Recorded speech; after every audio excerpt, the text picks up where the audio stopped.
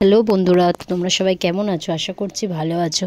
তো আজ আমি বানিয়েছিলাম লাউ চিংড়ি, সেটাই তোমাদের সাথে শেয়ার করছি। তো দেখো, রেসিপিটা বানানোর জন্য প্রথমেই আমি লাউগুলো ঝিরিঝিরি করে কেটে নিয়েছিলাম।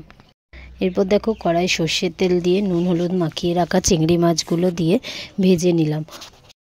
মাছ ভেজে তুলে নিয়ে ওই তেলের মধ্যে আরেকটু তেল দিয়ে আমি দিয়ে দিয়েছিলাম ফোড়নে রাঁধুনি, দুটো তেজপাতা, শুকনো লঙ্কা, আর দিয়েছিলাম 2-4টে কাঁচা লঙ্কা। ফোড়নটা ভালো করে নেড়ে নিয়ে তার মধ্যে দিয়ে দিয়েছিলাম ঝিরিঝিরি করে কেটে রাখা লাউটা দিয়ে একটুখানি নেড়ে একটুখানি নুন দিতে হবে। নুন দিলে লাউটা সেদ্ধ হয়ে যাবে। নুন দিয়ে আমি কিছুক্ষণ চাপা দিয়ে রেখেছিলাম।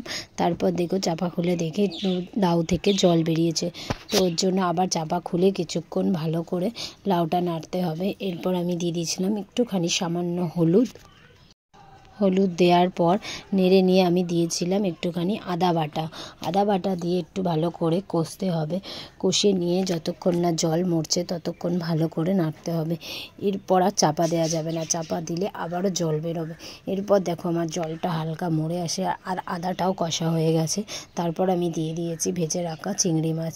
এরপর আমি দিয়ে দিয়েছি অল্প একটু চিনি ছড়িয়ে, ওপর থেকে চিনিটা ছড়িয়ে ভালো করে নেড়ে নিয়ে দেখো, রেডি হয়ে গেছে আমার লাউ চিংড়ি।